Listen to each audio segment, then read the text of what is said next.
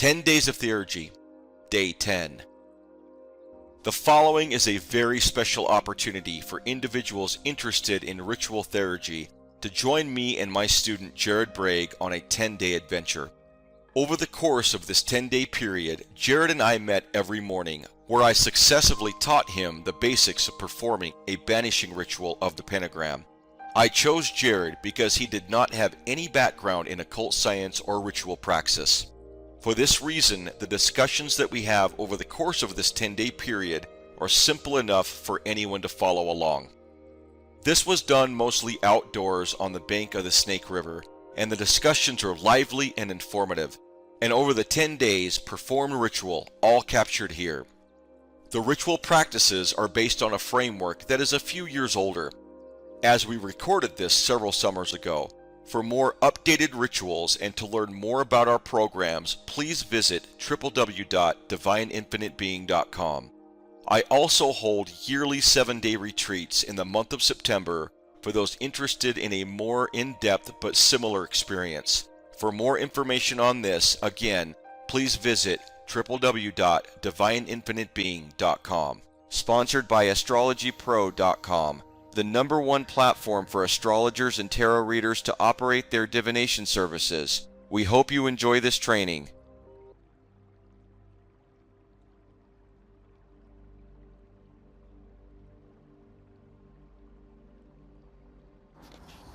Silence. Sign of silence.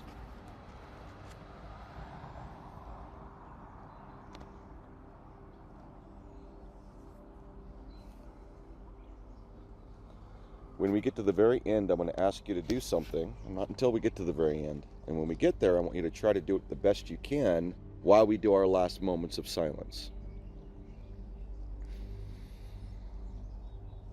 Hand on your belly.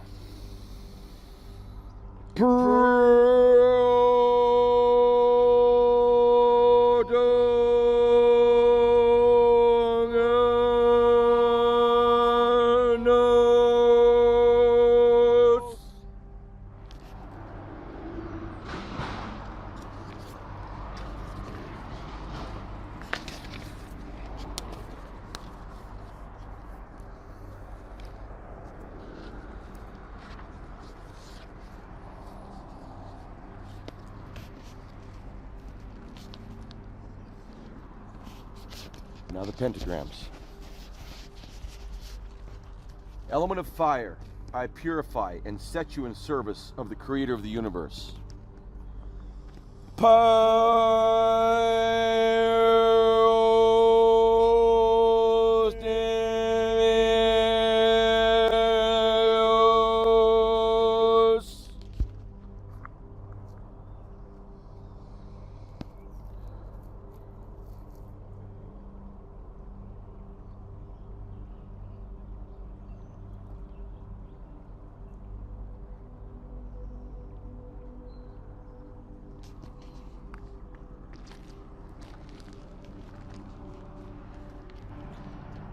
Element of air, I purify and set you in service of the creator of the universe.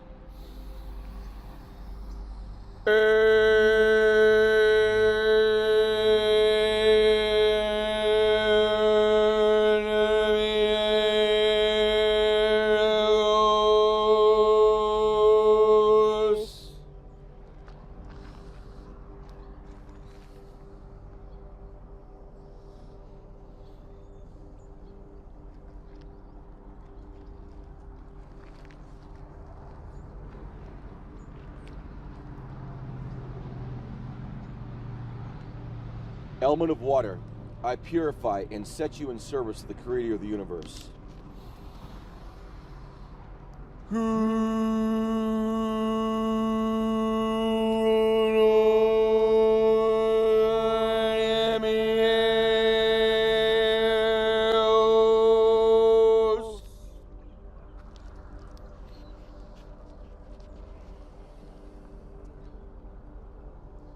Element of earth, I purify and set you in service of the creator of the universe.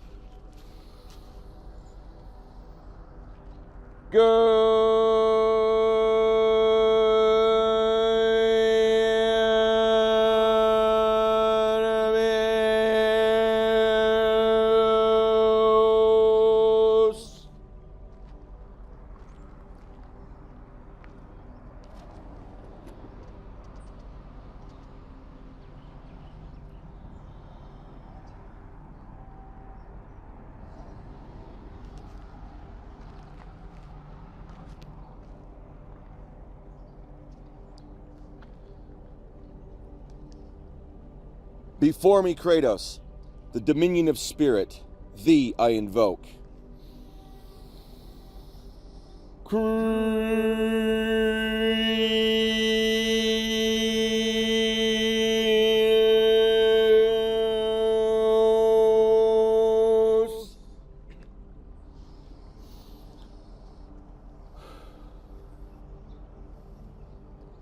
Behind me, Eros, the essence of divine love, thee I invoke. Eros.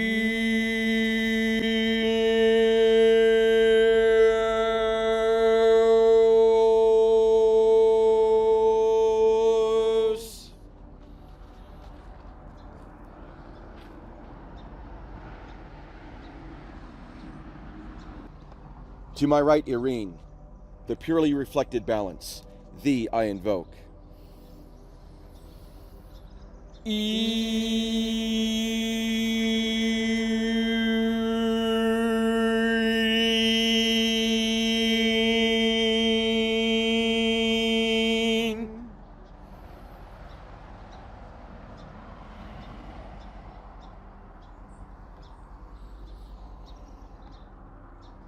To my left, Janus, the stability and changing form, thee I invoke. Janus.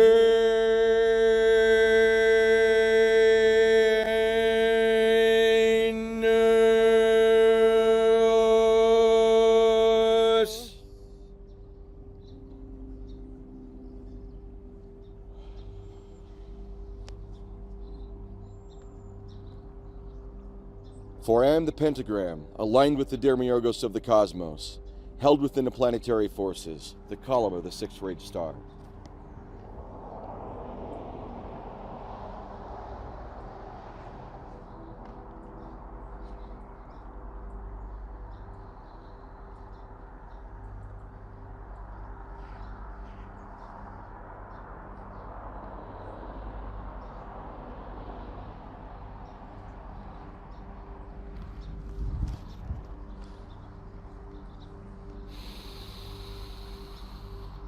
Now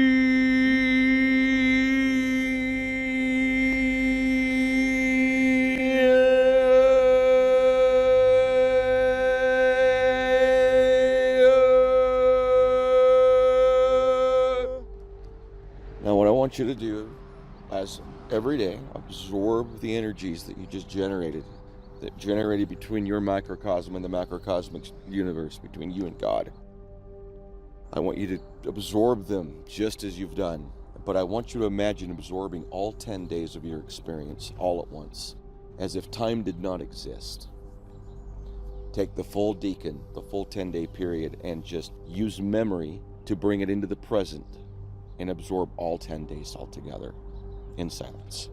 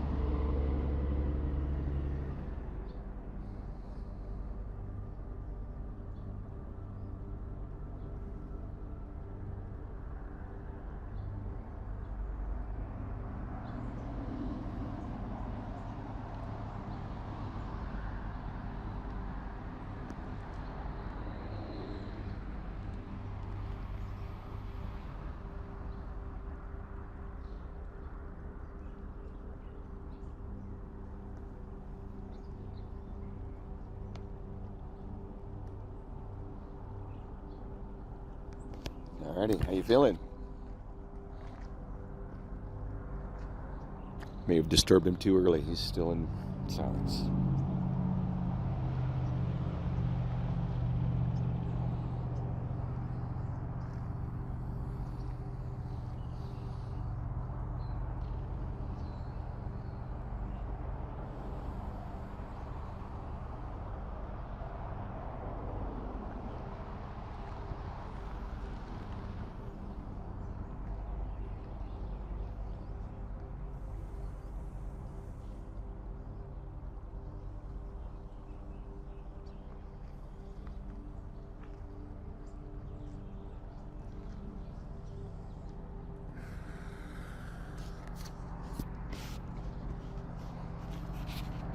Last ritual that we're doing together anyways. Yeah, right? We completed the deacon.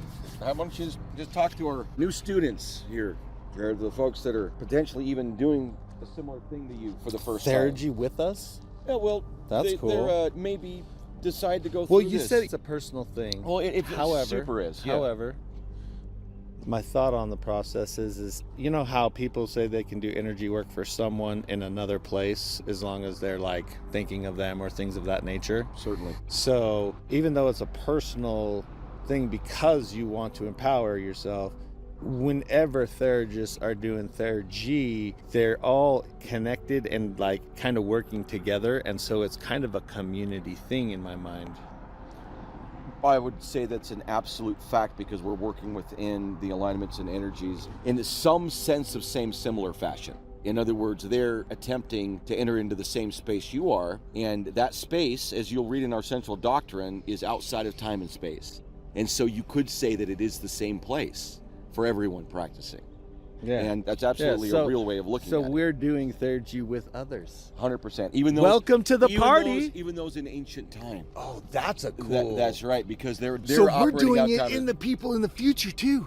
Well, that's exactly right, because you're acting outside of time and space. Yeah. So you're in the same space as, let's say, Iamblichus was at the same time, because he's also practicing theurgy outside of time and space. That's an odd thing to say. For those of you that are new and let's just went through these 10 days or even just listen to this one in particular, because a lot of people go to the end, right? But we talk about the objective body of light, which during these courses of dialogue with me and Jared, I taught him about that. And he was somewhat privy to that, being, somewhat schooled in energy medicine.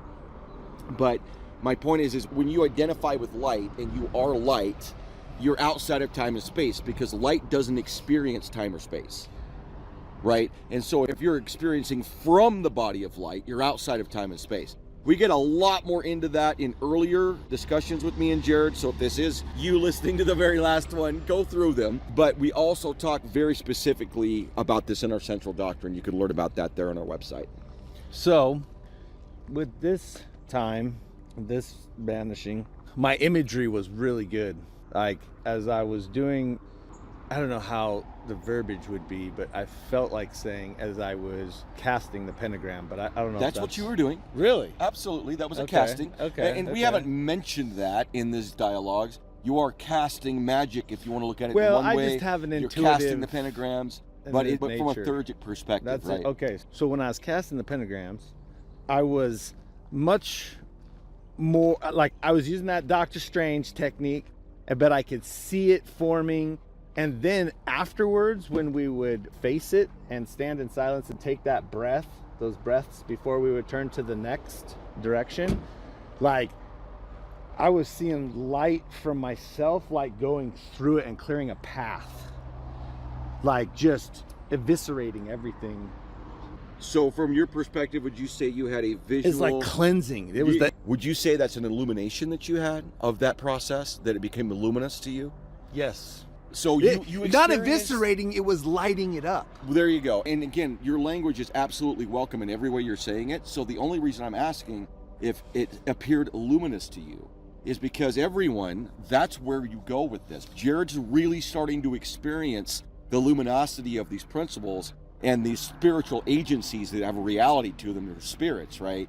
Right at this moment in our 10th time. And of course, building up to this, but right now he's really talking about the luminosity of it. And you're like, it cleansed, it cleared, right? And that's what happens. Yeah, because it was basically my light was being focused through the pentagram, and then everything beyond it was just, and that's what I was seeing on all four corners. So as we would turn, then after I saw that with fire, I just continued that visual through all four of them. So then at the end, it was really cold. The rocks were really cold. Like super cold, like my feet were starting to hurt. You wouldn't have been able to handle it. So I was like, okay, that's interesting because I have pretty strong feet. So I started to focus. I don't know if you've ever taken a cold shower. If you don't breathe right, you can't handle the cold shower. If you breathe right, you can handle the cold shower. And we had just gone into silence. And so I wanted to find, my feeling and my instinct was find center, find balance, breathe right. And I did that, and my feet, like it was still cold, don't get me wrong, but the same sensation that I have when I take a cold shower and can control my breathing was the same sensation I had with my feet on the cold rocks. Got it, yeah. And ground. It was cool. Like it was really cool. And that is to me like a self-control type situation thing. Yeah, nerve control, really. Yeah. You're talking about Qigong, you don't know it, but you're actually talking about Qigong, which is so interesting to me, because that means but you're the really aligned banishing with the energy piece of gave it. me the ability to Because in focus. Qigong, it's all about that control, right? Right, One of the right. things they have you do Breathing. is go out in the middle of the winter and take your shirt off and stand there. And so, and don't shiver, just stand Yeah, there. you and your have body to. and your body will regulate itself if you just stand there. And then you've got the Qigong monks, if you probably heard about this, went out to the Siberian desert of Russia for a day. And I have to find this article and put it on my site. It's actually really interesting. And they wore wet Ugh, sheets in the middle of the winter in Russia. And they were able to concentrate solar energy. This is how they put it. They just the sun. Because that's one thing with Qigong. It's really all about solar energy. Everything's the sun to them. So you concentrate that solar energy at their core, and they literally survived. They totally just stayed out there for 24 hours. Wow. And they were Yeah. able to do it just by maintaining their chi heat from that perspective. You heard of that breathing guy, Hoffman? Is it Hoffman? Yeah. Dude, that guy's incredible. That guy's incredible. Well, listen, I wasn't trying to set you off. Keep talking about your experience. I apologize. I'm not trying to Don't be. trail it. You don't need to try with me, brother. Well, it was just I will just interesting. walk right off the path. Yeah, I know. I'm But- like, let's go right But down. it was just really interesting to me that you started experiencing nerve control because of the concentration you have. Yeah, This Theurgy that is was very cool. concentrated. That was very cool. And again, one of the reasons why Raha Yoga's a really And it's a good- cold morning. It's brisk It this is morning, brisk. guys. Yes, it's that is brisk. And true. I forgot my coat, so I'm like, I'll just tough it. And then I'm like, I've been doing this barefoot the whole time. I'm going to do it this time. And then I was like, oh, man, that was a bad idea. You know, it all came down to that. So it was interesting. It was cool. And hey, thanks for the experience, man. I appreciate you taking this journey with me. You're Thanks. welcome. This was a cool invite. It's funny too because pre-Theurgy enlightenment, I'm very focused on the light body. Like before I've understood it in all the different many ways that you've explained it in your. Well, if I could keep it simple. example, before we talked about how to use divine names and geometry in order to facilitate a direct knowing of that body. That's what we were doing. Same idea. Yeah. It's just that your ideas about the light body maybe a little more abstract, and now we just kind of definitely abstract. Them a little bit, right? Definitely abstract. Because I would always say to people, don't be scared. We are the light bringers. We light up the darkness. You don't have to be afraid of the darkness. I say that to my kids since they were born. Like, you know, I've always had that light perspective, which is really cool. Makes me happier to know kind of how better to, I don't want to say access it, but I don't know if that's the right word. Maybe become aware of it for sure. Okay, remember, but I was aware of it. Use the word access. And what is that? If you use it to remember this later, it'll be purified, just like everything else. So I access it. Okay, that's fine. You access it. It is more like you just stated after, a direct knowing of. Yeah, where you're knowing from it. It's like it becomes less objective from the position of being outside of really you the to ritual, being objective as you. The ritual just helps you become familiar with that which you already have. Well, absolutely, number one, yes. Number two, it allows you thereby to understand in that nature of a light being with an eternal principle of life connected to it, that you can act in life from an eternal source. You can act through life. You can utilize the energy that you're developing in Theurgy to regulate everything else you're doing in your life. Your relationship to God, to your family, to your business, your perspective. One of the things that magic, we'll just say magic with a K, with being high magic, predicate for that is that there's an action, it's an activity. So this is all about aligning your actions, your activities, and your ability to manage things. In other words, to become a better person in light of God, or if you want to call it like I do, the divine infinite being in pure alignment with the self. You are capable of flowering into the rest of your life in a multitude of more efficient ways. So I come back to an idea of Shiva, because like during Kundalini Yoga, the knower is Shiva. And Shiva is technology, they even say. It's doing things in a certain way to get certain results to happen based off of a technological idea. It's a technology that you have. Shiva is all technology. Yoga is a matter of using technology, yoga, in order to achieve X. And so you're applying a logical methodology to the way you understand the forces of nature themselves, so that thereby you can become a much more instantiated force of nature yourself, and to act in concert with the demiurgos of the universe, right, by becoming your own demiurgy, by acting in the world as a theurgist would act, which would be as a king. Which is why we're on the hero adventure. Yeah, that's right, as a hero. You act as a hero in your life. That is correct. Or at least in every way possible, emulate that story, the heroic story. What's the heroic story? Strive to be a hero. Well, it's born half God, half man. That's the heroic story. That's what it is. That's what all the heroes are. They're half human. So we're half striving to be a hero.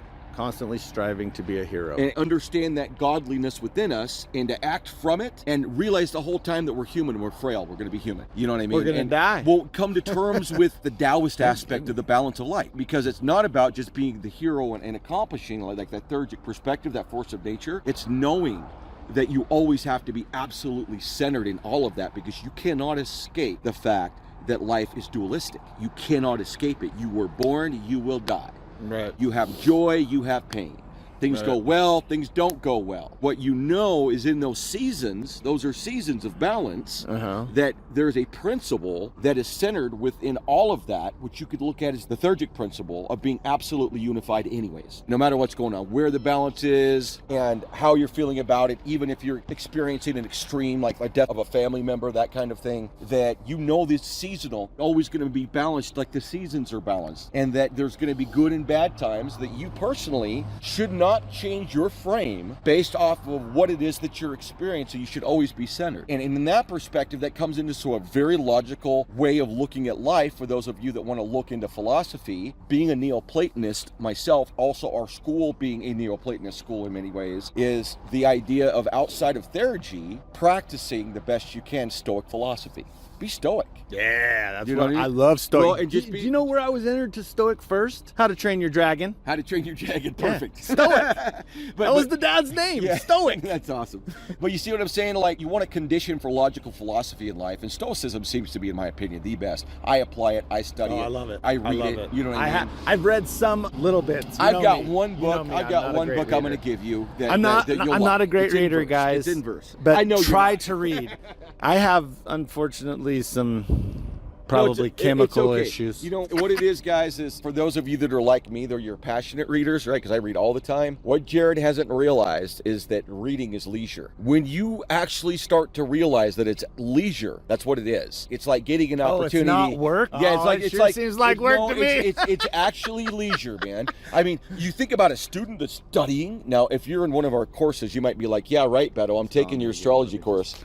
Anyways, so we were just closing out on discussing things, and we were all going off too much probably, but no, you're good. You know, he's asking good questions. So we were talking about, you know, he's done 10 days of Theurgy with me, now what? Well, maybe not a lot. One of the things you couldn't do is read, and one of the things that you want to think about reading, everybody here should have a good habit reading, is it's leisure. Now, when I do research and I'm going back to those things that I've read, and I'm finding very specific things and quoting it like you'll see throughout my writing, that's not necessarily leisure. That's a dedicated, focused project. But when you are reading, if you can get your mindset that it's enjoyable and it's something that you're going to take a break from the rest of the stuff doing, it starts to become that for you. And you start to crave it. You're like, man, I just want to read for a minute, you know, just 5 or 6 pages, and don't take any of it like super duper serious. Like, I'm going to get so much out of this. Everybody get out of the way, clear the room, I'm reading. It's like really it just takes me forever to read. Just take a book with you, and that's okay too. Because I don't skim. Okay, here's the thing. Guys, I'm going to mention this to you because I'm this way, and Jared, you'll appreciate this, okay? It takes me a long time to read too. You want to know why? Why? Because I think about what I'm reading. Oh, well, I don't skim. Well, that's what I'm trying to tell you is the same thing I'm doing to a degree. Every single word. Is I don't either. And I have to think about it. A lot of times I'll read 3 or 4 paragraphs and it'll get my mind going on to something. And then I'm back to finding where I was and reading more and then going back to the next page. Like I read slow. I don't even know how many books. Well over 1,000 books. Yeah, you got a lot. At least that many, you know, that I've actually read. Well, I have way more than I've read. I've got books I'll never read. I'm sure I'm in the hundreds. Oh, it's possible. But my point is if you just make it leisure and you always have a book with you, it feels good because you know that at any moment in the world you're in, you can take a small adventure real quick into a different place just by reading a few pages. I've read Lord of the Rings. Yeah, well, that's a great series to read. Yeah. And here's the other thing. To get used to reading, and I even tell my son this, Gabriel's really trying to get a reading habit going too, my 22-year-old. And he really likes the Harry Potter series. So I got him the whole series. That's a big series. And so he read the whole thing. Oh, yeah. And so now he's been able to read, like he's very interested in Japanese culture, in Shinto and Buddhism and Zen Buddhism in Japan. And I got a big old thick book about it. In fact, I love it. I almost want it in my library. I'm like, it's a nice book. But he loves that. And so he was having such a hard time reading it because it's very academic. And so that's why he says that, dude, read the Harry Potter series. And as soon as you're done, promise yourself within the next couple of days of finishing it that you'll open that book up and see how you're feeling. And he did exactly that. And he was able to read a lot more because he got his habit going on something he really enjoyed. So read a series. Even read a long one that might take you more than a year, and don't worry about reading anything better for a year. Enjoy it. Right. If you can teach yourself in the next year to enjoy to read, your life is going to be very different between now and the time you die. I can't quite remember the author, but he was speaking about a gentleman, and actually a real person. He was like 92 years old, and he had died. And right next to him on his bed was a book, How to Read Japanese. And I think it was at the funeral, the daughter of this individual was being asked, you know, why would he have had that right there at his deathbed, 92 years old? And she told him that he said to her, because he asked the same thing, that when she asked him why he had that, was that it's the youngest he could get started, wasn't it? When she asked him, she's like, why are you trying to learn Japanese? And he's like, well, it's the youngest I can get started, you know, because she's like, you're 90. And so he literally died with that on his bed. So that's the attitude you really want to have with studying, because I'm telling you something. I think about my past and try to imagine for a minute what my entire life would have been like if I didn't read as much as I did, and what I wouldn't know. Right. Like what I wouldn't know that I do know now. And it's just overwhelming to think that I could have just not done that. To me, it's like kind of overwhelming to me. Like I would know nothing of so many things that I do understand. And reading as a habit is just, I think, one of the healthiest things you can do. Me and my wife try to do it together because she does like to read, so I try to promote it at home. You know, our kids like to read, so we have tons of books around for them, and they ever want to say, hey, Dad, read with me? Instantly we do it to try to kind of give the whole family this idea that matters. Yeah. If anything, just get a good reading habit going at home. Read with your family. You know, make reading matter, because it does matter. And it's an odd thing because it doesn't have to. You can certainly live a genuinely happy life with hardly or never reading. Oh yeah. For sure. I don't make any argument with that. So in other words, it's true. But because you know more, you're able to condition your environment more intelligently. You know more now. If for whatever reason you don't feel balanced, brother, if your family's not around, go do some Theurgy. Just go out in your garage, go outside, align yourself a little bit. Practice this to help you at least balance where you're feeling imbalanced. That's all I'm going to ask you to do. And if you ever do it, or if you never do it, or if you're always doing it, whatever. My point is you learn what it does for you. So if you're feeling out of balance and you're feeling you need that perspective, I would suggest two major things. Practice some Theurgy and continue praying. We didn't do a lot of direct prayer because I am a big believer that Theurgy is prayer, but we didn't do a lot of direct prayer. We did some. You've been listening to these, you're following it. Is meditation praying? Yes, meditation is praying. And guys, he said it right just now. And that's the right perspective in general. I said it in one of the discussions, either it was the first or second one that we had, where I was talking about the chariots, the Merkava mystics, and how from the Bahir, which is some of the earliest work in Kabbalah, they talk about engaging in the chariot is as if you've been praying all day.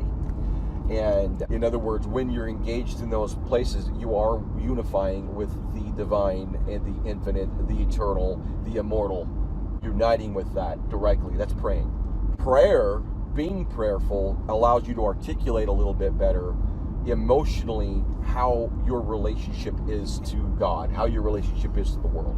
So regular prayer, in my opinion, is still very important. I pray all the time. Oh yeah. So that's one thing that I just, we didn't talk about that too much in these 10 days, but if you got a good prayer habit, it's just so good for you.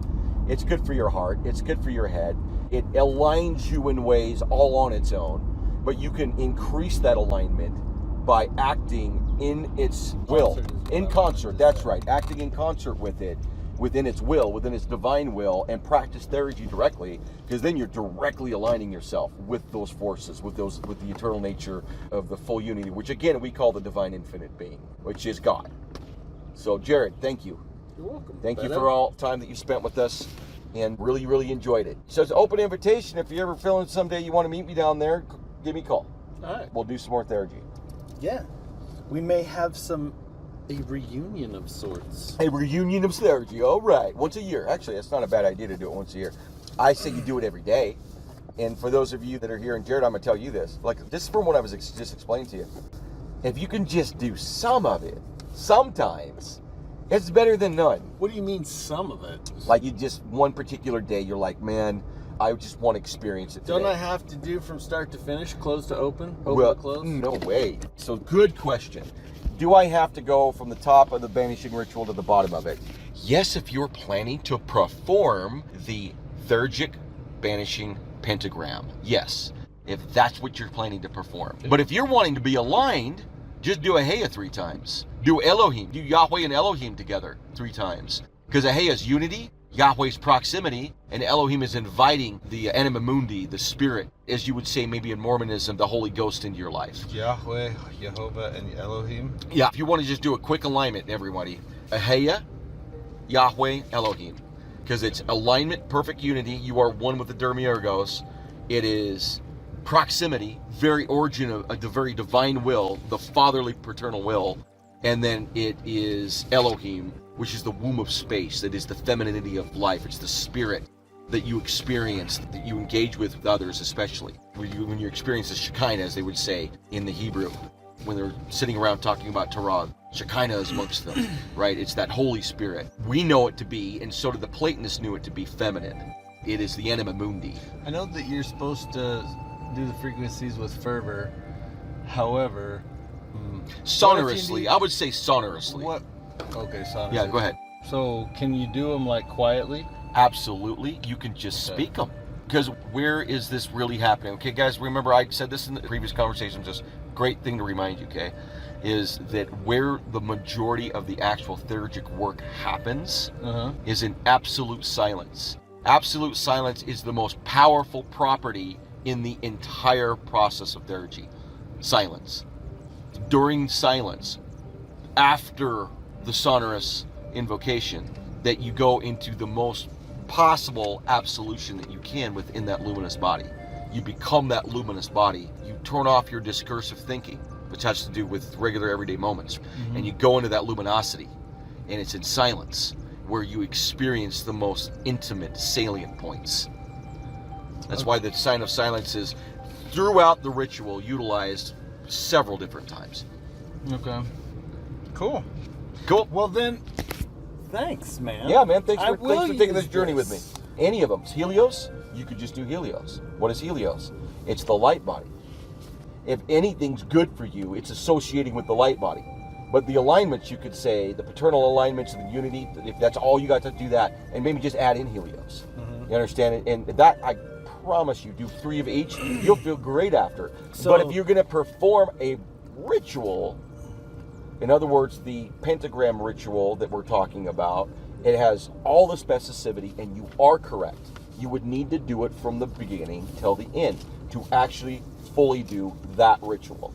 But those predicates you could use at any time. So the predicates being Ahaya, Yehovah, Elohim, you can use those to just kind of bring that energy around. Yeah, you. and let me bring something even better to you that you're going to like more, because I know how you love your family. Jared's a very loving father. When you're home today, in your mind, just chant Radha Krishna and remember what you're doing theurgically when you're doing the invocation of Radha Krishna. It's the Leela, it's the play, it's the love. And chant that in your mind as you go throughout your day, hanging out with your family, and bring Leela to your family today. Bring love to your family today. Okay. Bring joy to your wife. Bring joy to your kids. Purposely go to each one of your children and think in your mind, what is my Leela with this? How do I have an enjoyable moment with this person? How do I have an enjoyable moment with this person? What does my wife do, and what do I do where we become very playful with each other? How do I do that on purpose right now? How do I bring Radha Krishna into my relationship? That divine love. And then I just gotta have the Radha Krishna in my head? Yeah, just chant it a little bit. And what it'll do is, if you'll remember what we did earlier when we said that all 10 of the rituals, I wanted to ask about that and we didn't ask about it. So let me ask about that before we leave. But I told you to imagine all of the 10 rituals all at the same time, all together, and that they were outside of space and time, right? We were having that discussion. So that being the case, your divine invocation of Radha Krishna, now I think we did that, 6 times, right? Because you were learning your way into it. Those 6 invocations of Radha Krishna that you did are in your heart. They're in your energy body. You've sealed them into memory. You've sealed them into your shape, the shape of Jared, that shape that you're taking of a hero as you move forward, taking on the shapes of the gods themselves, because we're half gods, so we take on their shape. And by doing that, we perfect. Right. Well, you've done that with Radha Krishna. Bring that energy into your home. That's great. Just bring that energy into your home. I need to, actually. Yeah, see, so do I. Everybody needs to do that. With your parents, your brothers and sisters, with your neighbors. You know, this comes down to like a Christ-like idea of love your neighbor. It's very Christ-like, the Radha Krishna perspective. Very much is, but it's also, in my opinion, a little bit more accurate, in my opinion, where it's love, it's Leela, as opposed to having that other aspect of Christ-like ideas where someone's bleeding on a cross and dying. Well, and it's also, I mean, there's a lot of, oh, you don't have to do anything, you just have to believe. And it's like, no, you have to do things. You have to have action. You have to do service. I'm a big believer in service, action, because actions speak louder than words. Well, action is what we are. Yeah. I mean, it is what it is. It's what we are. We're here to do something. We're here for some reason. And guys, if purpose is a problem for you, if you think this is a purposeless life, Theurgy won't be that useful to you, because you have to believe in it. You have to believe in purpose, that there's a reason. And again, I come back to this from a perspective of, what if it's wrong? What if there's really not providence? What if there's really not fate? What if there's really not purpose? Well, acting as if there is life in a purposeful way brings a tremendous amount of meaning to your experiences. And believe me, I think the most important thing is to bring meaning to your children. Because everyone's like always saying, don't lie to your kids, Santa Claus isn't real. You know what I mean? They say all kinds of stuff, right? Whatever. What matters is that your children become meaning capable. They're already within the fable of the universe. What do they study? They study fantasy.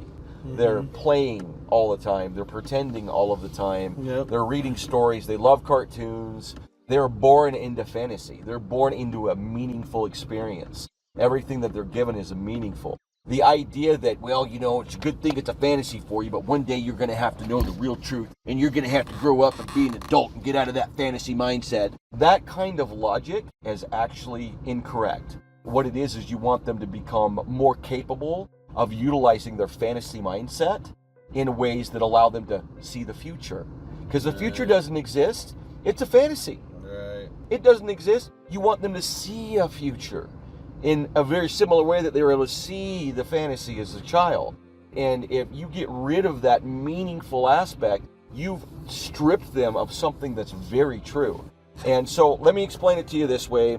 I may have talked about this before, but Tony Robbins talks about the pessimist and the optimist. And I am sure I have changed this to my own story over time because I've told it so many times. But Tony Robbins is where I got this idea from. So the pessimist and the optimist are hanging out, and they're looking at whether or not they should take action on starting a new business. Okay, both of them together. And the pessimist gives very good details about what's going to happen if we try to start that business. Okay, very good details. In other words, we don't have any money. We don't have anyone that can help us. This is just an idea. A pessimist is going to look at all of the logistics of the exact moment that they're in and more than likely decide taking action doesn't make sense. We don't have enough information. We don't have enough money. We don't have enough people. We don't have enough knowledge. But they probably will be accurate. They're probably going to be correct. The optimist, in many ways, isn't as clear. He's more low resolution to all those facts, but he is more intuitive about them too. He's aware of them. But we just don't but care. the optimist is focused on something else. The optimist is focused on the reality that there's no way that you're actually able to know all the information that you need to know before you take action. And so the optimist just starts taking action. And does he make a ton of mistakes? Mm-hmm. Many that the pessimist could have pointed out, absolutely. For a while, the pessimist may even remain more correct.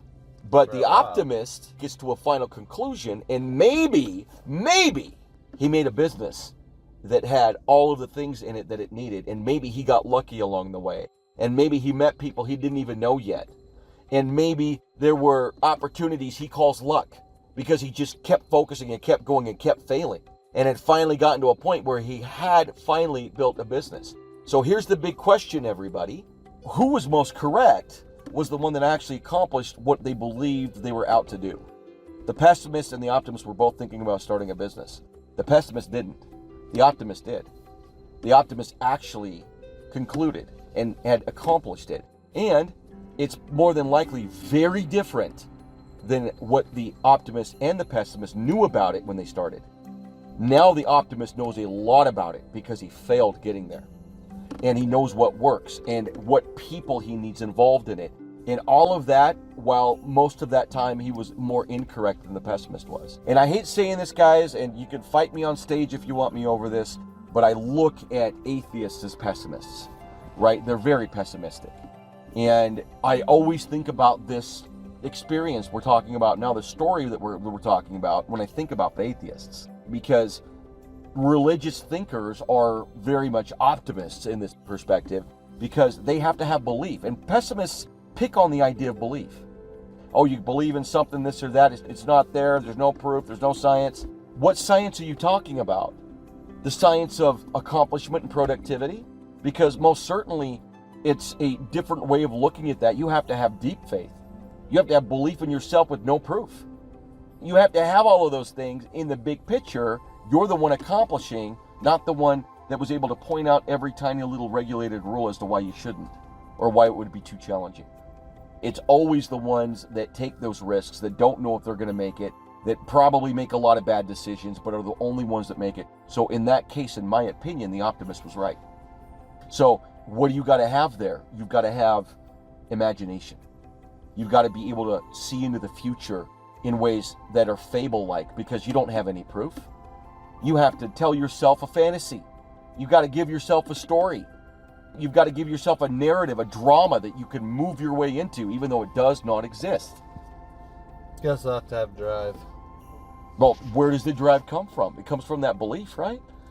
It comes from the vision of things that you know are going to happen, that will be realized. When you get there, it's never exactly the same thing, but that's where your strength comes from. It's where your focus and drive comes from. is believing your vision is coming true, coming to life. Believing you can make it come Yeah, to life. 100%. Even if you've got a lot of proof that it Yeah, I won't, guess and you've got so many challenges, and believing is a big part of being positive. absolutely have to have belief. The idea that that predicate is one of the things that the atheists pick on is belief just shows that they're living that perspective of the pessimist that I just explained. Show me the science. Where exactly does it say that under a microscope, in a measurement, in an algorithm, that in an equation? Where is it? And it's like they completely hope, skip that side of reality. Believe. Hope and belief are very similar. Yeah, hope is great. Like It's not the same thing, though. Well, here's what it is. A belief would be something related in many ways to even things that were standard like science. Like, I believe in science, I can say. And we do believe in science in our school, big time. Okay, but I can say that I believe in science. Okay. And I can also say, I believe that there are principles that are eternal. I believe that there is an infinite self that I am. I believe that I can experience as the body of light. I believe that there is an absolute unity that could, in every perspective, be called God. I call it the divine infinite being.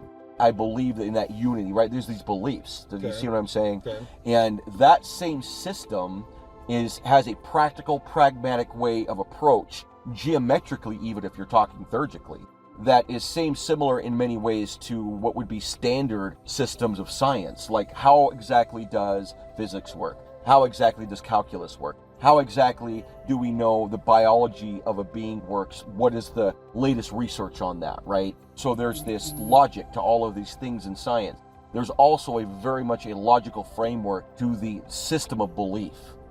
It's just that there's a very strong, stringent line between someone such as yourself and myself that allow for the belief of a deity, of God, of eternal principles to exist. Because in the opinions of many people in the atheist camp, they're unmeasurable. They're not right about that. What it is they don't accept the measurements as they are. You get into string theory and get into our central doctrine and see what string theory has to say about these things. All they can say is that they don't believe in string theory. They would have to say that. So this eternal nature that you are has a measurable string theory formula to it. And when I say measurable, I would more say calculable. Okay, because many things in string theory are beyond the measurements of our capabilities. We're not capable of utilizing it in measurement. It actually bothers some physicists because, for example, to see a string, because a string is the smallest component of matter. If you break it down to the atom, to the quark, and then internal to even that is the string. And in the colliders that we have, and I actually talk about this in our central doctrine, in the colliders that we have, I think it's like 11 miles, the one that's in Switzerland. 14, something like that. They're ramming particles together, and when that happens, they're able to see what they're made of, CERN. right? Yeah, CERN, exactly. They're able to see what they're made of. Well, if you were going to do that in order to see a string in that same model, in our current science, the way it is, you would have to have a collider that's so large, it would circle the Milky Way galaxy. Ooh, jeez. That's how large it would have to be to break constituents down to a string. So that's just an irrational idea. Obviously, that's never going to happen. And so there are some people that have some measure of apprehension because we can't measure with strings. But what we are able to do is extremely eloquent formula or equations. So we're pretty damn certain it's correct. And that's the smartest among us. Because the math works out. Because of the perfection of the math. And so, because what it did was it combined relativity and quantum mechanics. You can read all about that in our central doctrine. We talk a lot about it. But my point is, you would have to discredit string theory to say that there isn't an eternal Jared. You would have to discredit string theory completely and argue and say to all of the string theory scientists that they were wrong. Because even if you went to Leonard Susskind, which he's a little agnostic, who knows what he really believes, you got to be careful when you're writing for journals. They'll take your funding. Right. But he is the one that would say that there is an eternal Jared that's in the cosmic horizon that's projecting back to the Jared that's here. That it is eternal and is an infinite aspect of you. He would say that, and that's not in any esoteric books. He would say that as a part of string theory, that that's really there, and that the universe is a projection, a holographic projection of things that are more real at the perimeter. He would say that. Mm-hmm. String theory has created this equation, you could say, that has fit the perfection of theurgic geometrical thinking, of the actual vertical thinking, the vertical ritual mathematical praxis, you could say, of theurgic rites and how theurgy works. Which is why, if now that you've practiced all of this, if you go read my Central Doctrine, it'll blow your mind, because I talk about this from the perspective of quantum mechanics and string theory, and I draw all that back in, and also quantum biology. I bring in actual real science, real information to help you understand from standards that are accepted at the top of our academies right now, how this works. So Jared, all the love, man. Thank you so much, brother. You're welcome. You're welcome. Thank you for teaching me how to use my dagger. You're welcome, man.